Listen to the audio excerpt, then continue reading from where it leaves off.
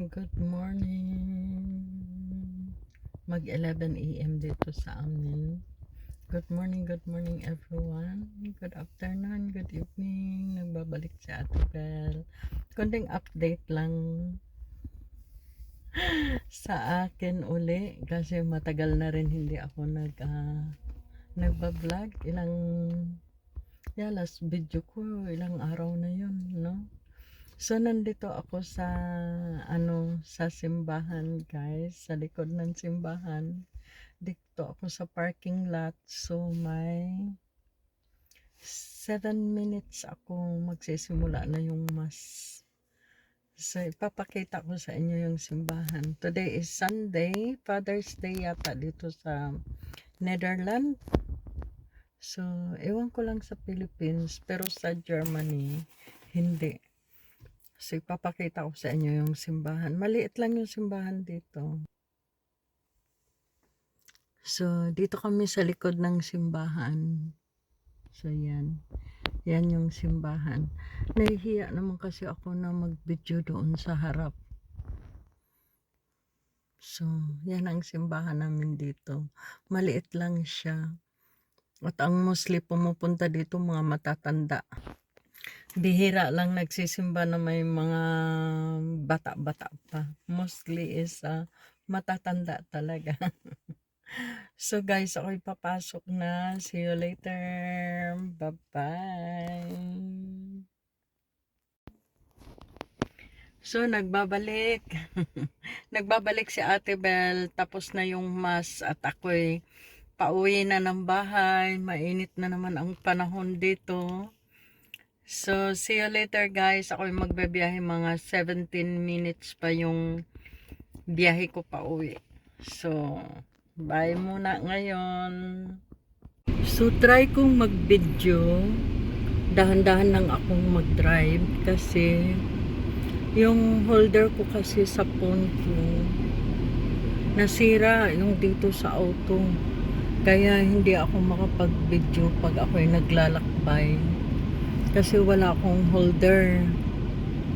Eh dito naman medyo out siya sa yung malayo sa city, wala masyadong sasakyan, so medyo okay lang, basta dahan-dahan lang siya. Ito na yung way ko pa uwi ng bahay. So dahan-dahan lang ako mag-drive. At bawal magbilis dito.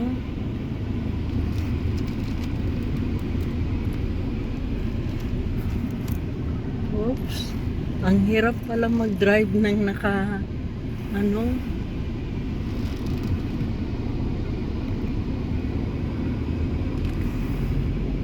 hala, hawak ko yung phone.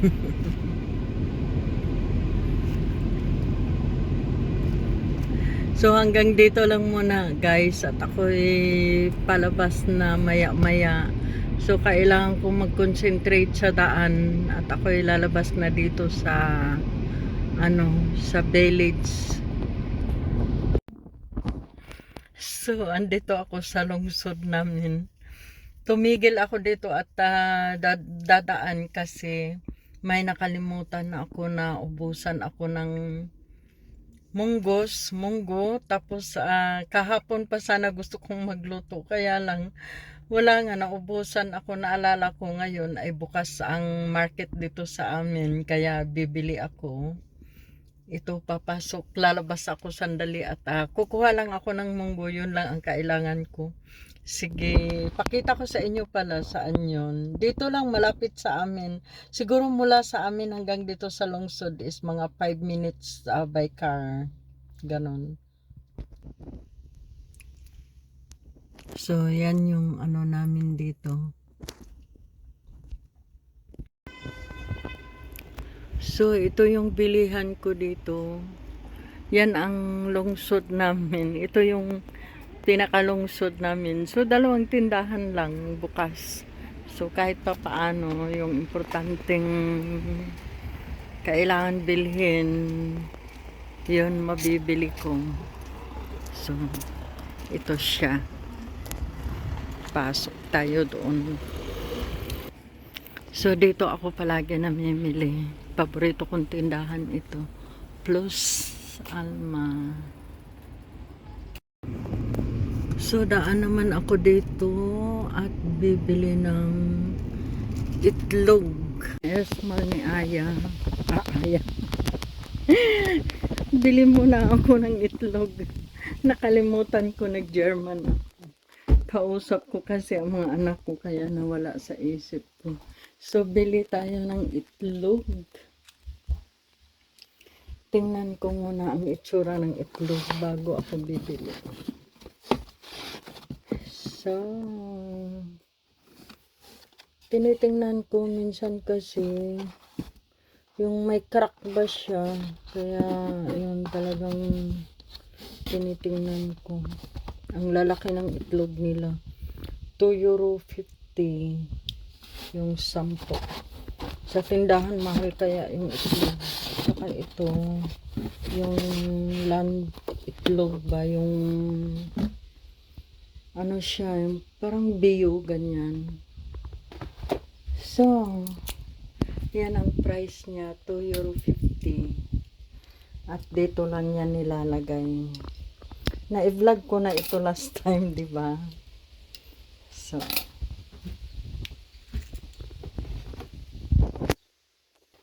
si Ate Bel ay lalabas na. Ito na yung itlog ko. So,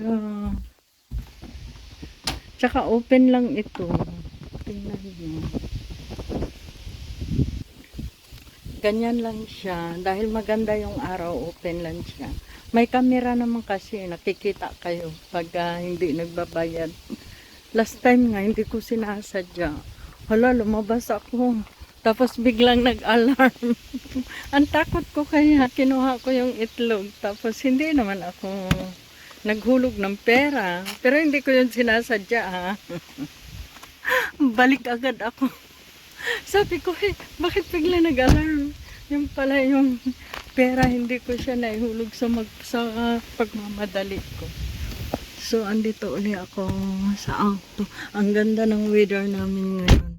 Pero, ang kagandahan lang kasi medyo mahangin na siya. Hindi kagaya nung mga nakaraang araw. Grabe talaga. Tingnan nyo, medyo mahangin na siya. Yan. So, medyo okay lang, di ba? So, ako'y magdadrive. Nandyan ako sa bahay. Malapit na ako. So, mag-drive muna ako, guys. Yeah? So, andito na ako, guys. Nakauwi na rin ang bahay. Barang ang araw ko today napakahaba. Kasi daming dinaanan. Sa simbahan, yun, 1 hours yung misa. Diba, umuwi agad ako.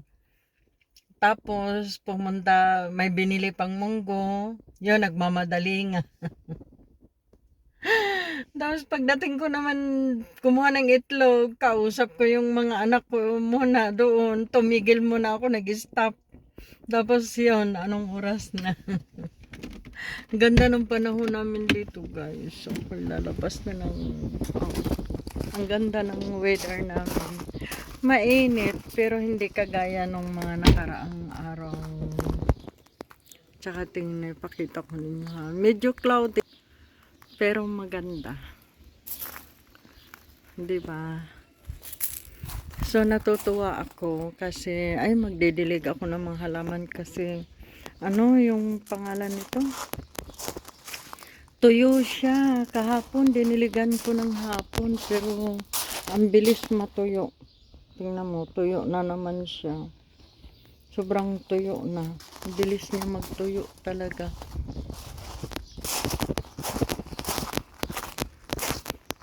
Yung strawberry, tingnan nyo, tuyong-tuyo na siya kagabi. Basang-basa ito. Hindi ko kasi binigyan kaninang hapon. Kaninang hapon, kaninang umaga. Bago ako umalis. Tuyong-tuyo. Bilis matuyo kasi nga, yung pangalan nito. Yung maganda yung panahon, pero hindi siya masyadong mainit. Kagabi pala, namitas ako ng strawberry. Medyo marami yung napamitas ko, pero kita nyo, may mga hinog na naman. Pag mainit ang panahon, mabilis siya maghinog. So, kailangan diligan ko kasi tingnan nyo, ng lolo paypay. Marami akong didiligan today. Mga halaman. Tapos, yung garden, talagang, ewan ko, titingnan ko kung ano itsura.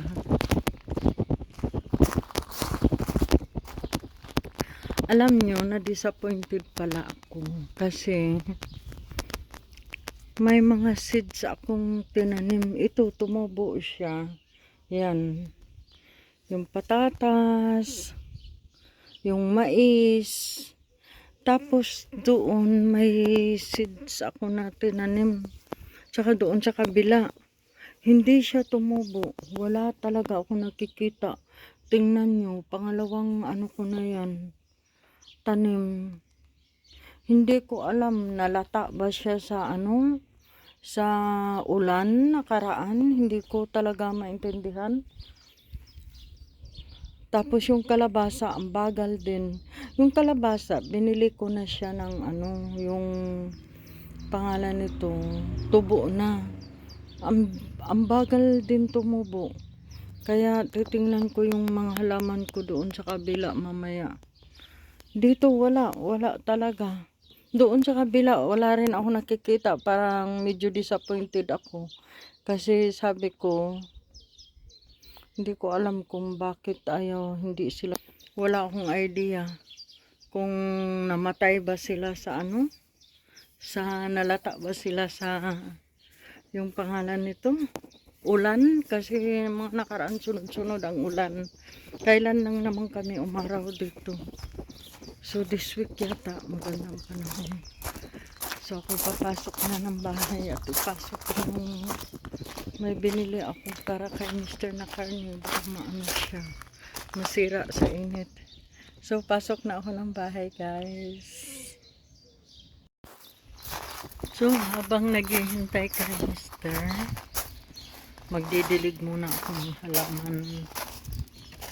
Kasi sobrang tuyo na ng halaman ko.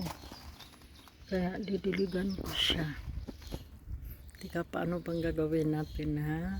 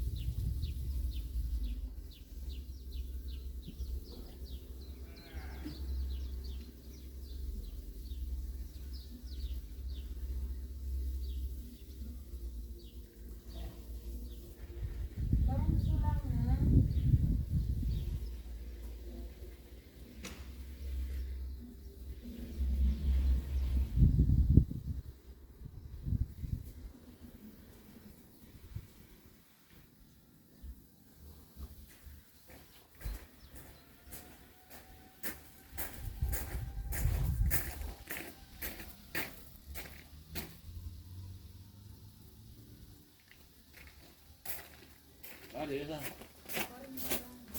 Ja, en motor van mijn fiets die is hij niet zo snel. Oh.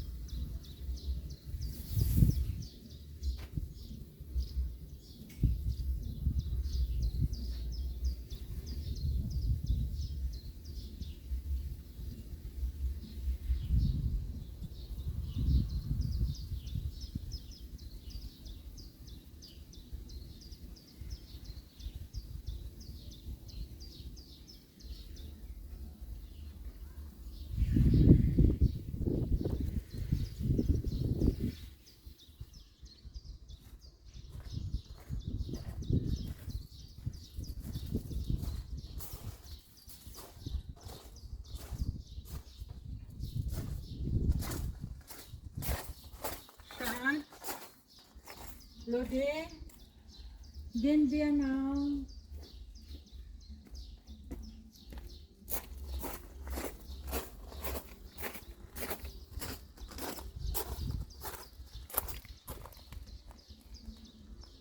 So, alis muna kami. Alis muna kami si Mr. Bago yung diligan ko ito. Bago late. Kasi ayaw ko ng late. Mamaya marami akong gagawin. Magdilig pa ako ng mga halaman ko sa garden. Ayun, maaga pa kasi.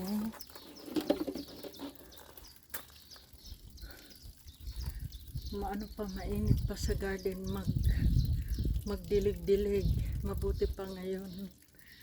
Kaya alis muna kami, guys. Mamasyal kami si Mr. Maglalakad lang kami. Pista kasi dito sa amin, sa maliit namin na village.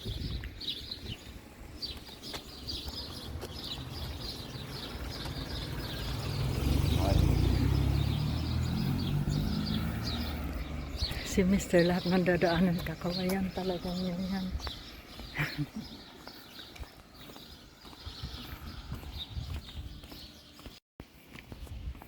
Naka-on pala ang video ko. Ba? Hindi ko napatay. Ba? Ikap kisak main video isaan. Ayaw ni Mr. Ayaw niyang nakikita.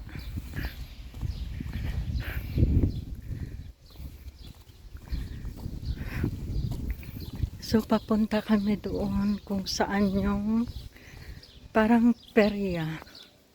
Perya sa atin. Maliit na perya. So wag muna ako mag-video at ayaw ni Mr.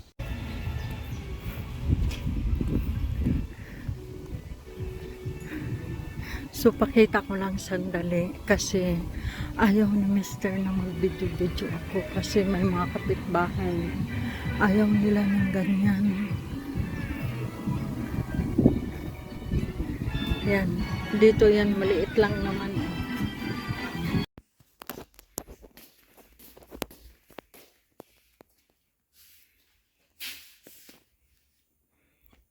So, hello guys.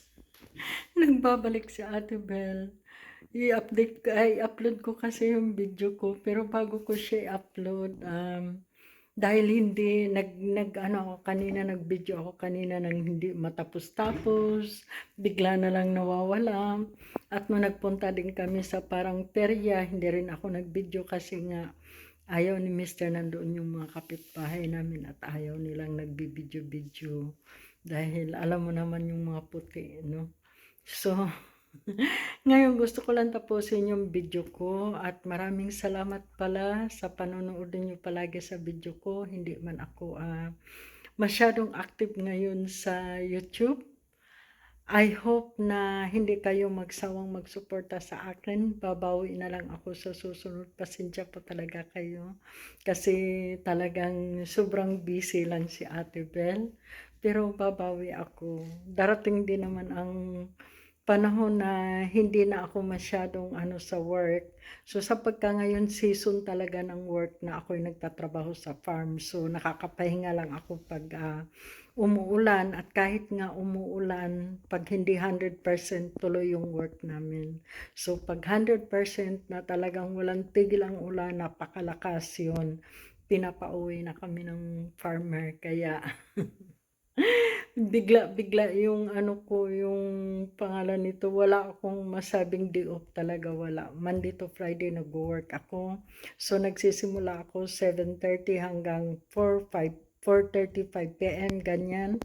At saka pag depende din sa saan yung biyahe ko, mostly nagda-drive ako ng pinakamaigsi yata na dinadrive ko by car is 30 minutes, mga ganyan. So 30 minutes pero mostly 40 plus ganyan. So ang lalayo talaga ng biyahe ko. So bukas magwo-work ako ng maaga, alas 8 ang umpisa ko at panibagong trabaho uli, panibagong farm. So, farm palagi yung work ko, pero panibagong trabaho. Kaya, kailangan kong matulog na talaga at magpahinga na ngayon. So, nag-quick live pa ako. Hindi nga sana ako mag-live, wala talaga sa plano, pero may nakiusap dahil nga sa gustong itry yung BH niya, kaya yun, nakapag-live ako. Other side, natuwa rin naman ako. Kasi dagdag din sa watch hour ko, bagsak na lahat talaga. Kaya tinatry ko talaga na ito nga, sabi ko yung ngayon, kailangan i-upload ko siya para lang may pang ano ako na dagdag sa watch hour ko rin, no? So, thank you guys sa inyong mga suporta, sa nalagi kayong nandyan, nanonood, at saka sa mga patamsak ninyo. Thank you talaga. Maraming salamat at ingat po kayo palagi. Love you all guys. Thank you so much. Bye-bye and God bless us all po. Have a blessed Sunday evening, morning everyone. Thank you. Bye-bye. So ako'y magpaalam na po. Thank you for watching.